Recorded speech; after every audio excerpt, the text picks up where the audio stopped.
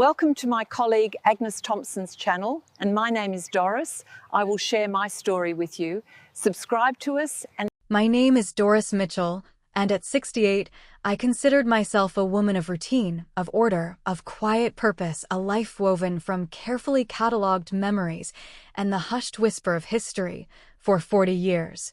I had worked in the municipal archives, my hands accustomed to the brittle parchment of old deeds, the faint scent of forgotten correspondence, the meticulous arrangement of facts and dates, every day a methodical dance with the past. Seeking truth in dusty ledgers and faded ink, I was not a woman of grand gestures or impulsive decisions. My world was built on careful observation, on connecting seemingly disparate pieces of information, on the quiet satisfaction of putting things in their proper place. My home, a modest, sturdy house built by my grandfather, was a testament to this, filled not with expensive trinkets, but with cherished family relics, each object holding a story, a connection to the lives that had come before me, and among these treasures, a stack of old letters, tied with a faded ribbon, held a special, almost sacred significance. They were letters from my grandmother, a window into a bygone era, a tangible link to my heritage. I thought I had weathered all the major storms life could throw at a person. The loss of my parents, the quiet solitude of an unmarried life, the predictable aches of aging, but nothing, absolutely nothing, could have prepared me for the day my world, my meticulously ordered world, was utterly, brutally upended by my own granddaughter.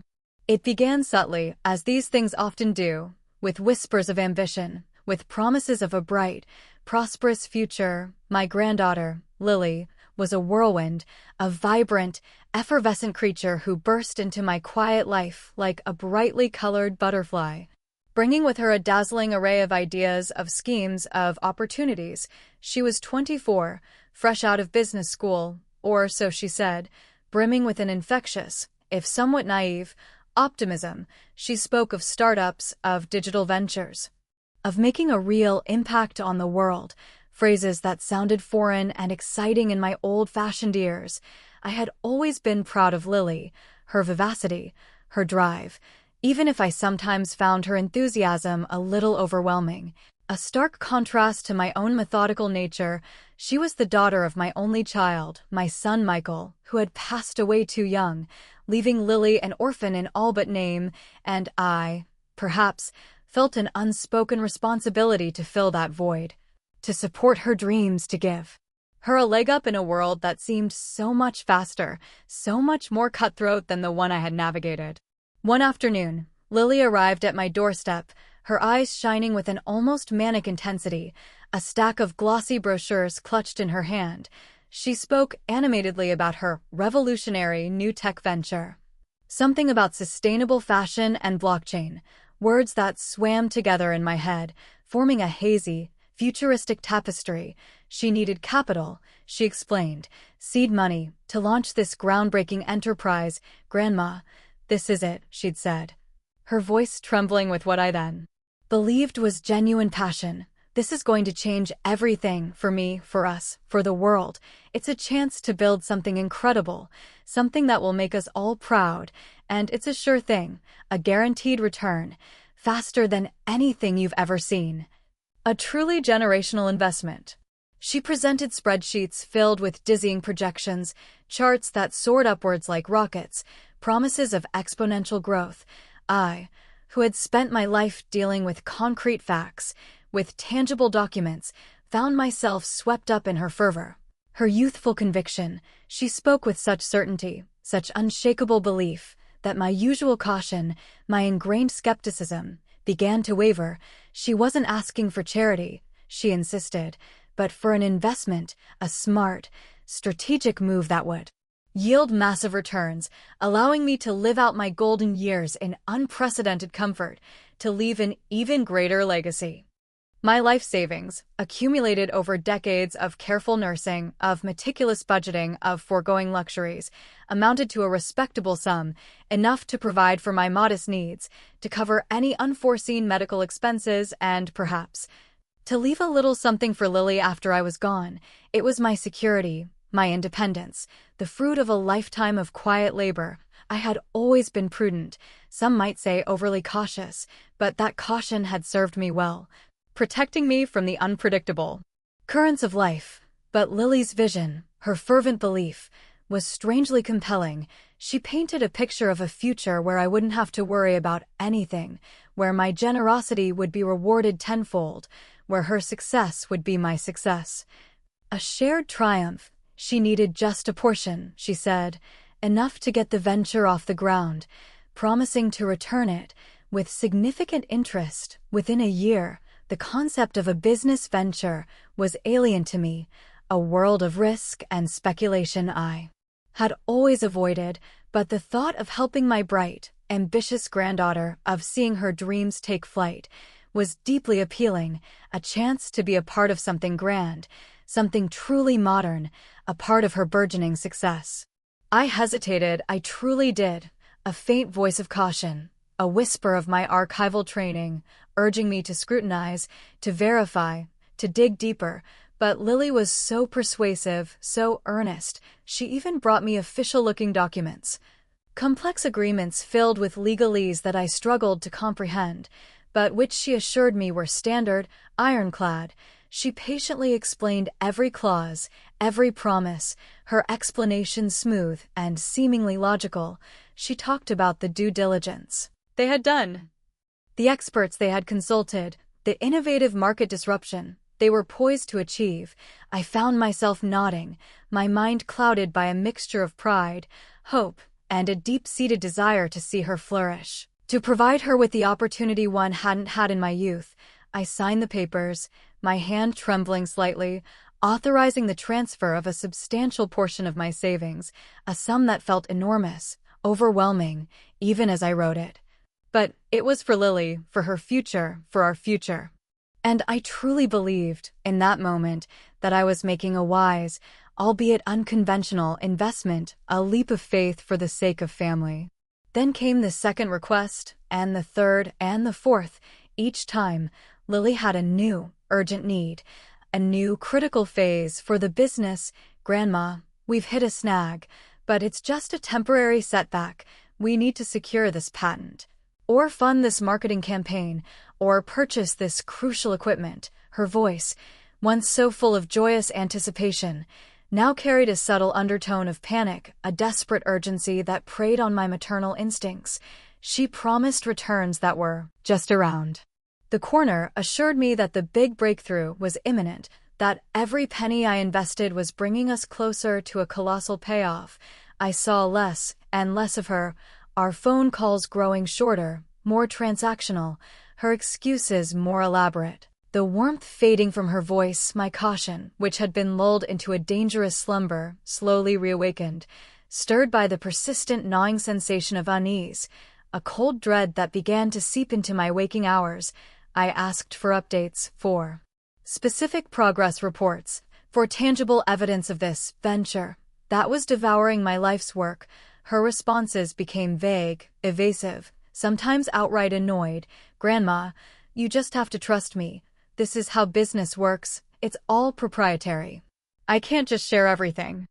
The business venture became a black hole, sucking away every last cent I had meticulously saved, the bulk of my pension, even the small emergency fund I kept for unexpected medical bills.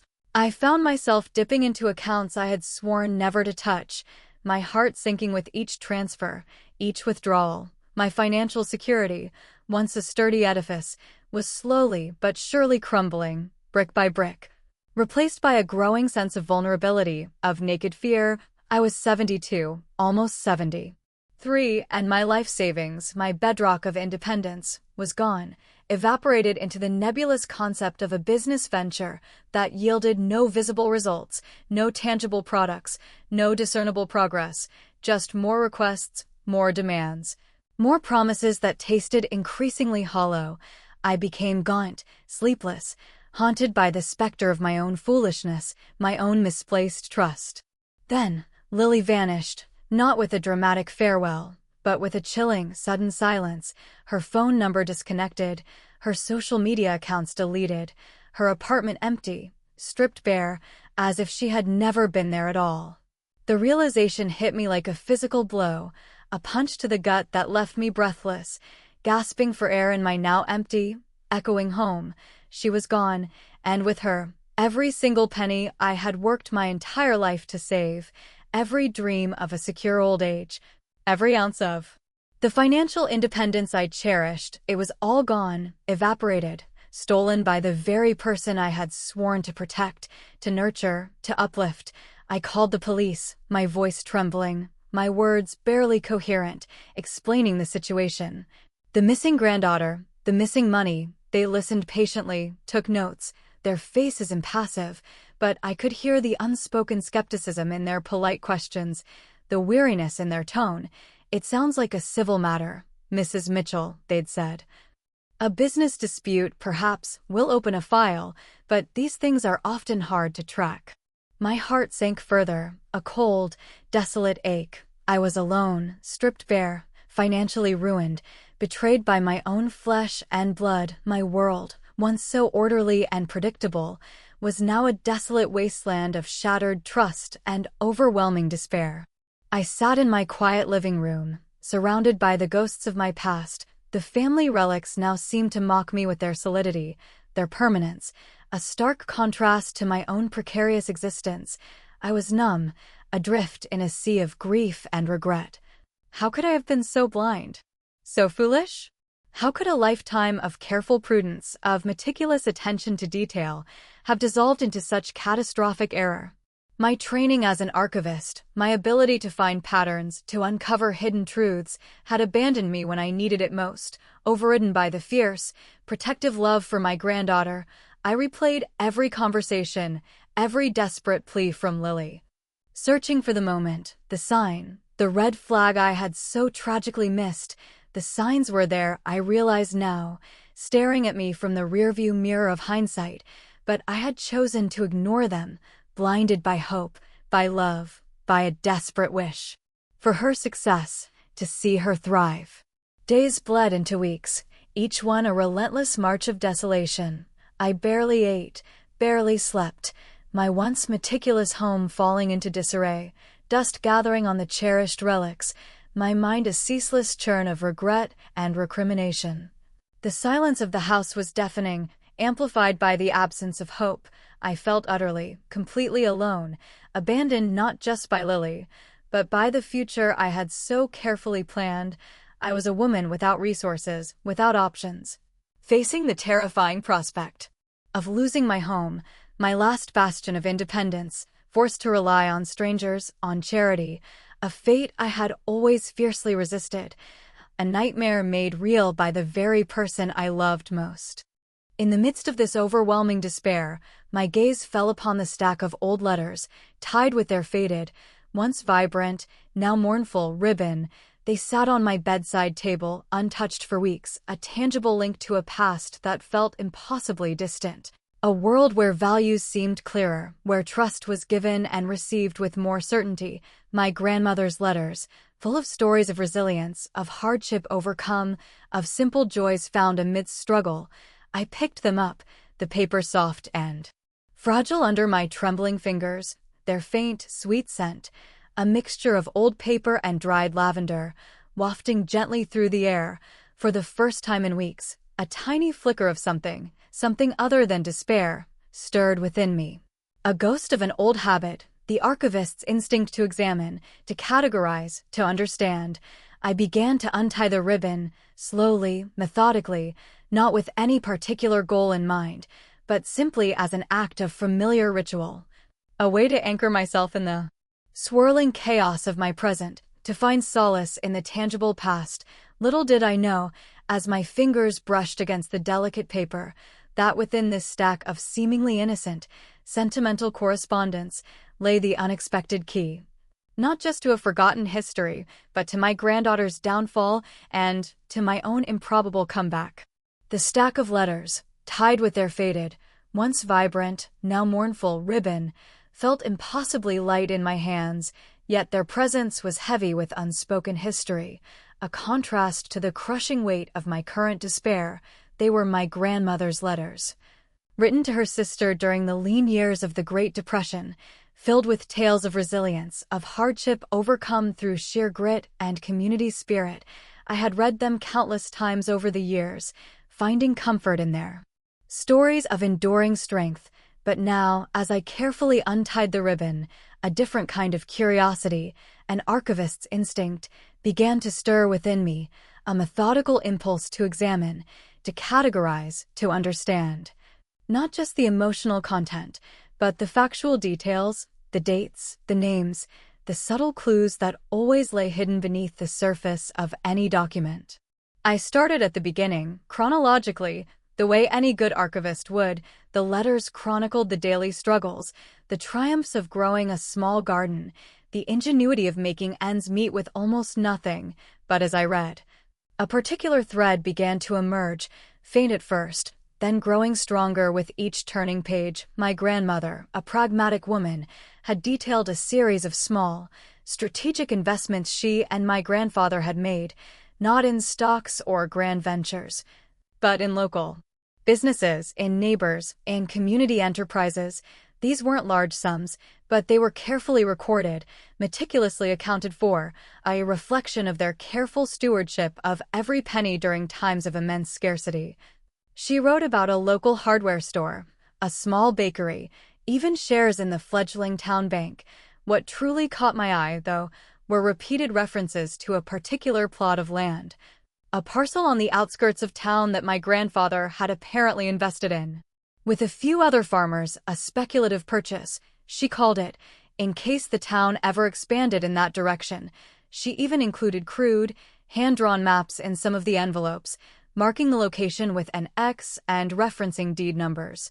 These were the meticulous notes of a woman who understood the value of every possession, every asset, no matter how small, how seemingly insignificant at the time.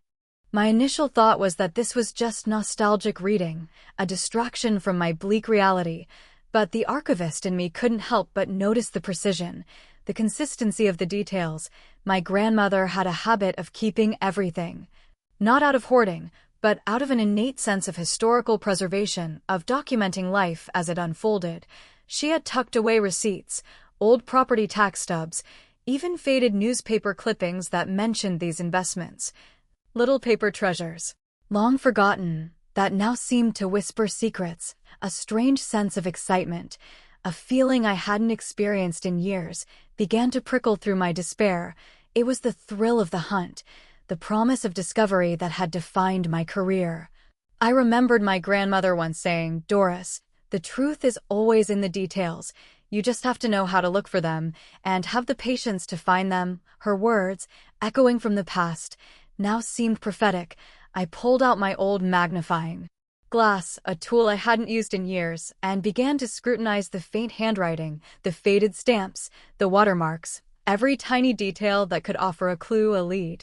Among the letters, I found a small, brittle envelope, tucked away and almost hidden, marked important, for family eyes only. Inside, nestled among layers of tissue paper, was not money, but an original, yellowed copy of a deed. An actual property deed, bearing names and dates and official county stamps. It referenced a larger parcel of land than what my grandmother had initially mentioned, a substantial acreage that seemed too significant for her small, careful investments. The deed, dated from the 1930s, listed my grandfather, along with two other men I didn't immediately recognize, as co-owners of what was described as Parcel B, Northwest Quadrant, Mill Creek Township. My heart began to pound with a frantic rhythm, a mixture of disbelief and a surging, exhilarating hope. I cross-referenced the deed number with other scraps of paper, old tax assessments, a faded legal notice from the 1950s that I found tucked into another letter. Everything matched. Everything confirmed the existence of this property, this forgotten piece of family history. It was like piecing together a complex puzzle, each document a vital piece, slowly revealing a picture far grander than I could have ever imagined. But this was just a start, a tantalizing clue. The larger question remained: what had become of this land? Who owned it now? The last reference in the letters was from the late 1960s, a casual mention of property taxes being paid. After that, nothing, a void, a silence that spanned decades. I knew from my archival experience that land records were notoriously complex, often involving generations of transfers, sales, and inheritances. I needed help, real help, someone who understood property law, who could navigate the labyrinthine corridors of the county clerk's office. My immediate thought turned to Mr. Jenkins, the lawyer who had so skillfully defended Martha Johnson in that YouTube video I'd seen, a video that had given me a strange, prescient sense of hope even before my own troubles began. His calm demeanor, his methodical approach, his fierce dedication to his client's rights had left a lasting impression, a quiet confidence that resonated deeply with my own nature.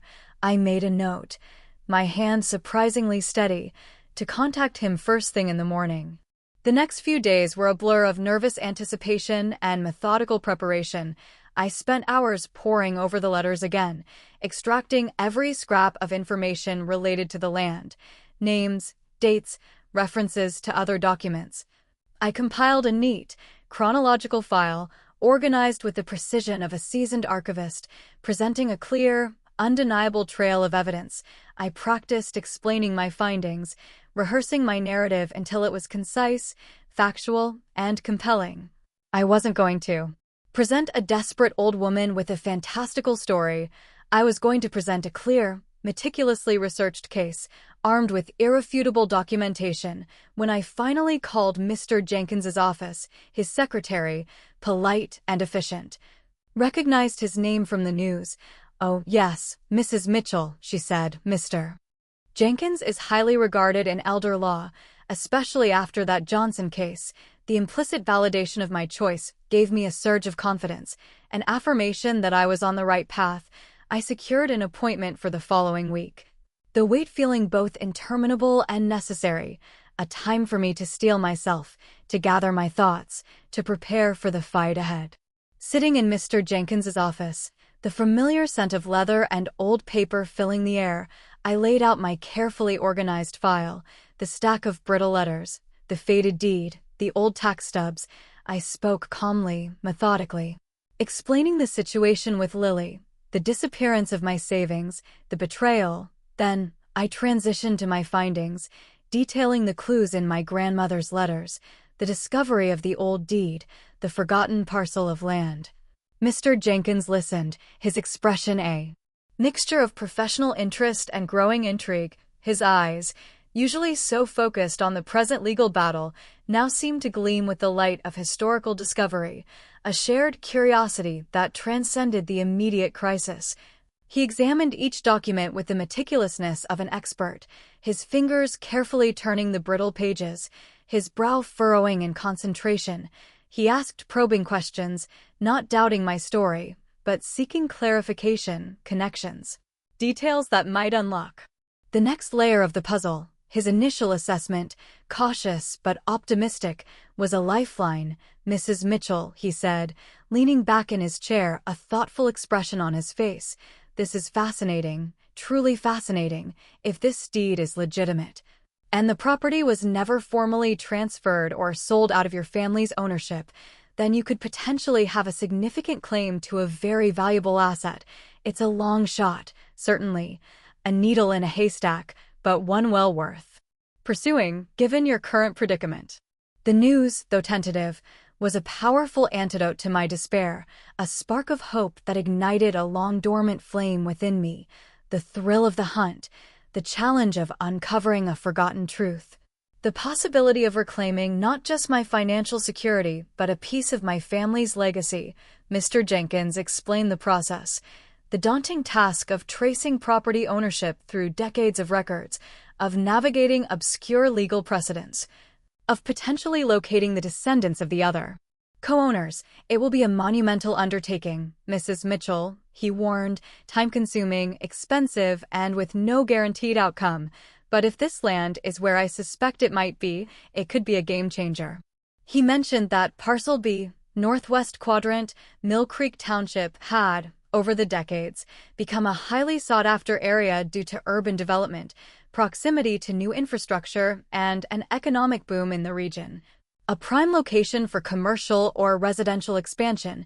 The implications of his words sent a jolt through me, a dizzying sense of potential. The rising conflict began not with Sarah, but with the bureaucratic maze we had to navigate. The county records office, a place I once considered my domain, now felt like an impenetrable fortress, its vast archives a challenge, not a comfort. Mr. Jenkins's team, with my meticulous guidance, began the painstaking process of digging through decades of land titles, tax assessments, probate records, searching for any sign of ownership transfer, any will, any legal document that would clarify the status of Parcel B. It was slow, arduous work, filled with false leads and dead ends. My archivist's mind, usually so adept at sifting through data, felt overwhelmed by the sheer volume and disorganization of the modern digital records.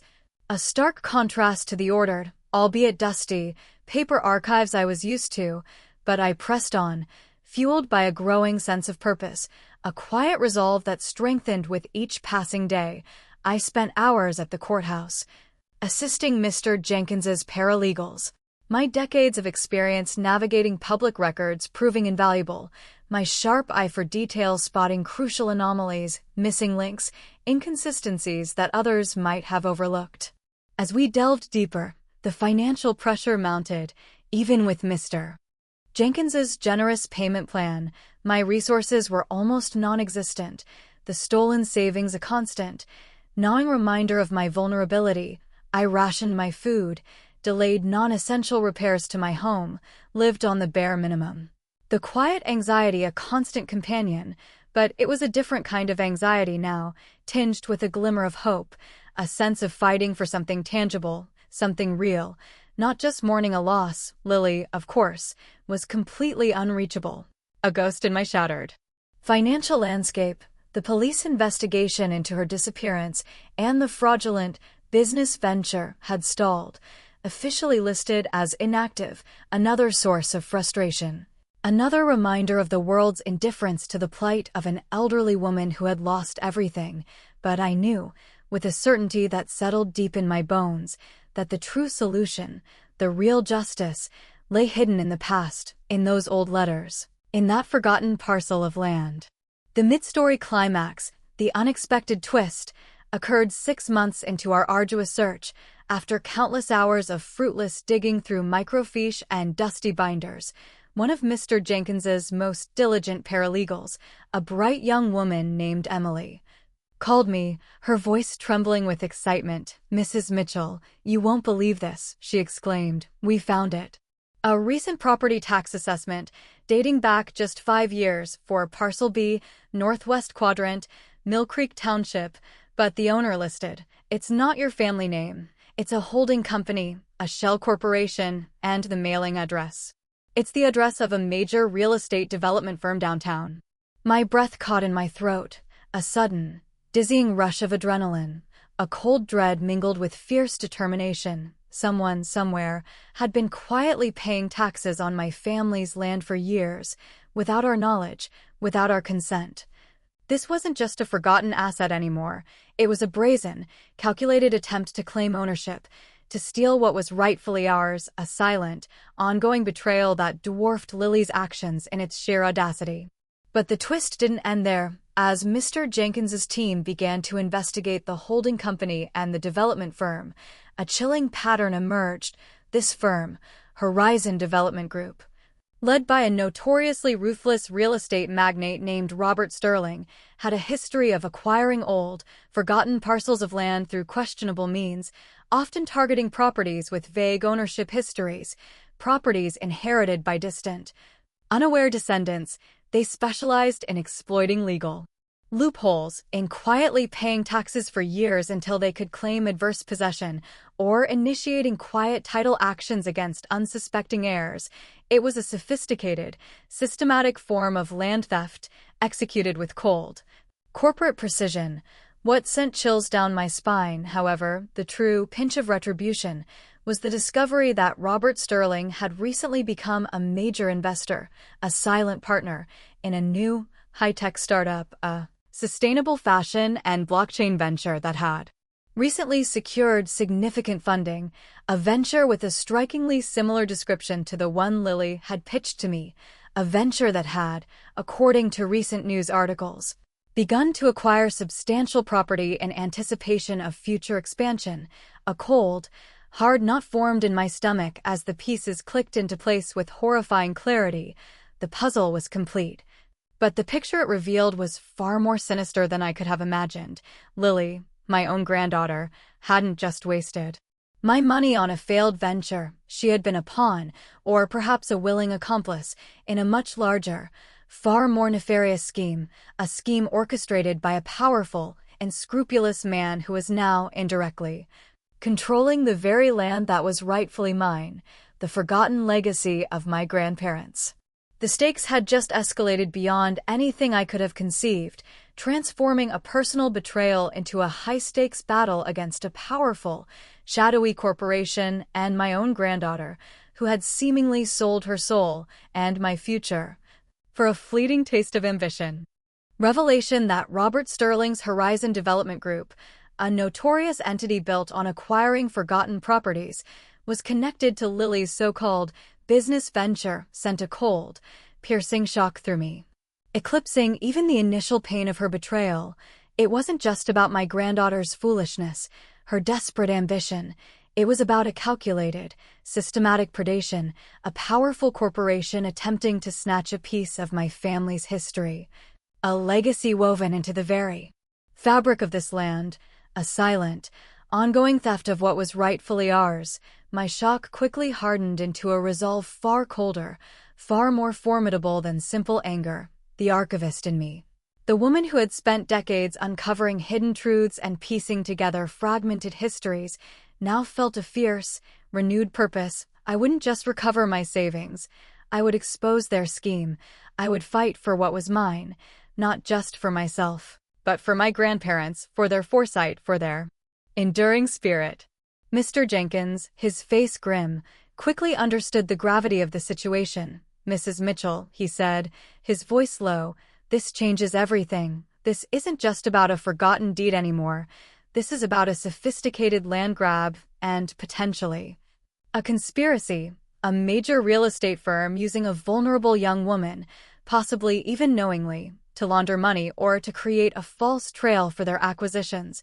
We're talking about a very powerful opponent, very well connected, with deep pockets and no scruples, but we also have something they don't expect: your meticulous records, your direct lineage, and most importantly, their own pattern of behavior. We can use their past against them." He immediately redirected his team, shifting their focus from merely proving my ownership to uncovering the extent of Horizon Development Group's involvement, their methods, their full history of questionable land acquisitions.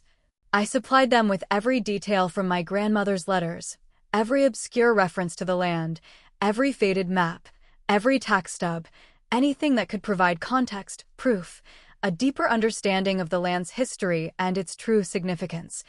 My archival skills, once a quiet passion, now became my most potent weapon. Our strategy became clear. We wouldn't just sue for rightful ownership of Parcel B, we would expose Horizon Development Group's entire modus operandi, their systemic exploitation of forgotten deeds and unsuspecting heirs. Mr. Jenkins initiated a legal discovery process that was nothing short of a full-scale assault, demanding internal documents, financial records, and correspondence related to every one of Sterling's dubious land acquisitions. We used the small clues in my grandmother's letters to identify other forgotten parcels, other names that might have been similarly exploited. It was like pulling a thread on a massive, intricately woven tapestry, hoping to unravel the entire design. My knowledge of historical records, of how to cross-reference seemingly unrelated documents, proved invaluable. I would often spend hours in Mr. Jenkins's office, guiding his paralegals through layers of public records, pinpointing discrepancies, spotting patterns of activity that only someone with my unique background could discern. My quiet competence, my tireless dedication, surprised even Mr. Jenkins, who openly admired my tenacity. The pressure from Horizon Development Group was immense and swift. Their legal team, a formidable battalion of highly paid corporate lawyers, immediately launched a counteroffensive. They filed motions to dismiss our claims, attempting to bury us in paperwork. To exhaust our limited resources, they sent threatening letters, implying frivolous lawsuits and financial penalties, hinting at my age and fragility, suggesting that I was merely a confused old woman being manipulated by an opportunistic lawyer. They even attempted to discredit Mr. Jenkins, spreading rumors about his professional conduct, but he remained unshaken, a rock against their relentless tide. "They're desperate, Mrs. Mitchell," he calmly explained. "This is their standard playbook. They try to bully you into submission, to make you give up, but we won't. We have the truth on our side, and that's more powerful than all their money and all their lawyers."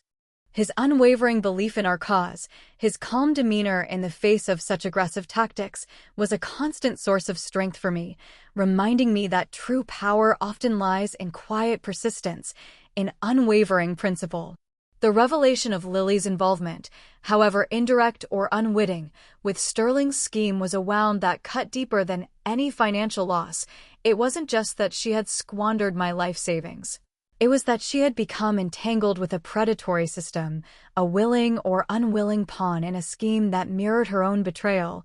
I realized with a heavy heart that she was likely not just a victim of Sterling's manipulation, but a culpable participant, blinded by ambition and a desire for easy wealth. The thought that my own blood could be so lost, so morally compromised, was a bitter pill to swallow, a profound disappointment that overshadowed even my anger.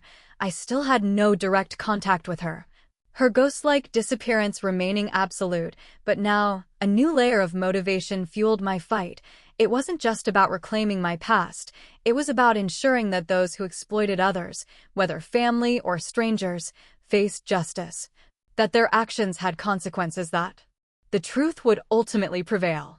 The media, always hungry for a dramatic story, eventually caught wind of our case. A small local newspaper ran an article about elderly woman battles real estate giant over forgotten family land. The story, initially focused on my plight, soon expanded to include the whispers about Horizon Development Group's questionable practices. A few investigative journalists began to dig deeper, spurred by the tenacity of an old archivist and her determined lawyer. The pinch of retribution began to escalate, transforming from a subtle legal pressure into a public spotlight, exposing Sterling's carefully guarded methods. The collective outrage from the community, particularly from other families who had lost land or faced similar threats from his firm, began to swell, a quiet rumble that slowly grew into a deafening roar. The narrative shifted, painting Sterling not as a shrewd businessman, but as a ruthless opportunist, a corporate predator preying on the vulnerable. The legal battle was no longer just mine. It became a symbol, a fight for countless forgotten heirs, for the principle of fair play, for the dignity of elders. The pressure on Sterling mounted, not just from our lawsuit, but from public scrutiny, from other potential plaintiffs coming forward, from regulatory bodies beginning to cast a scrutinizing eye on his firm's history of acquisitions. He attempted to settle, offering a paltry sum for Parcel B, a fraction of its true market value, hoping to silence us, to make the problem disappear. But Mr. Jenkins, guided by my unwavering resolve, rejected his offers outright. "This isn't just about the money anymore, Mr. Sterling," Mr. Jenkins had told his lawyers during a tense mediation, his voice calm but firm. "This is about justice, about exposing a pattern of exploitation.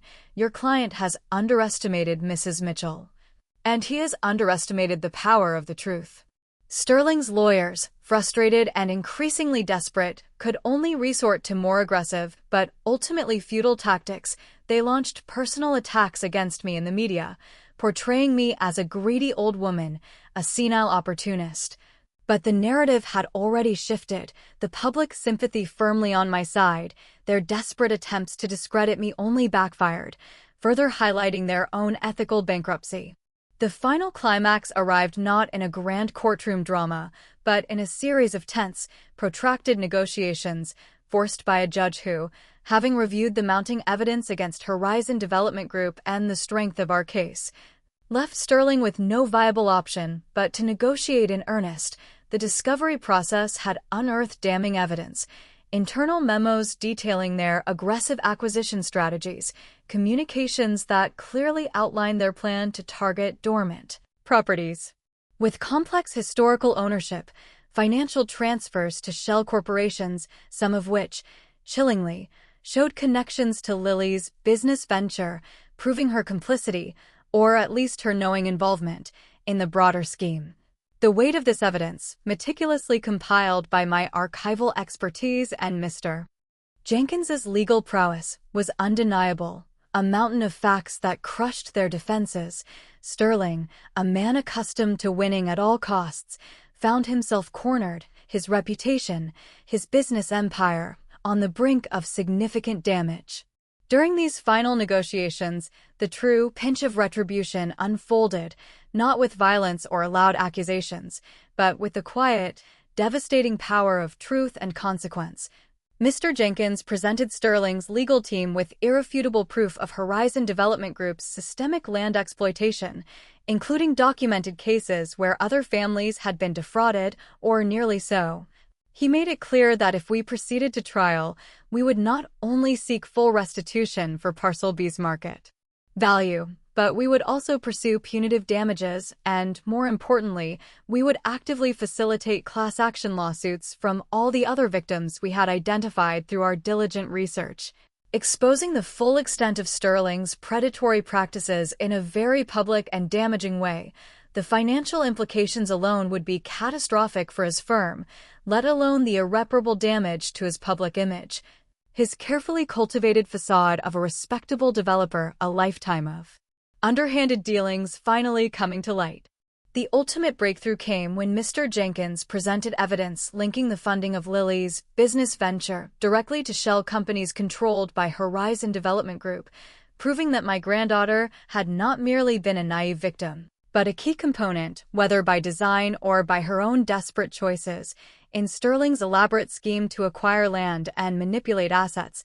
The sustainable fashion and blockchain venture was a front, a clever ruse designed to siphon funds and perhaps even scout for vulnerable properties, a dark mirror reflecting Lily's own moral descent.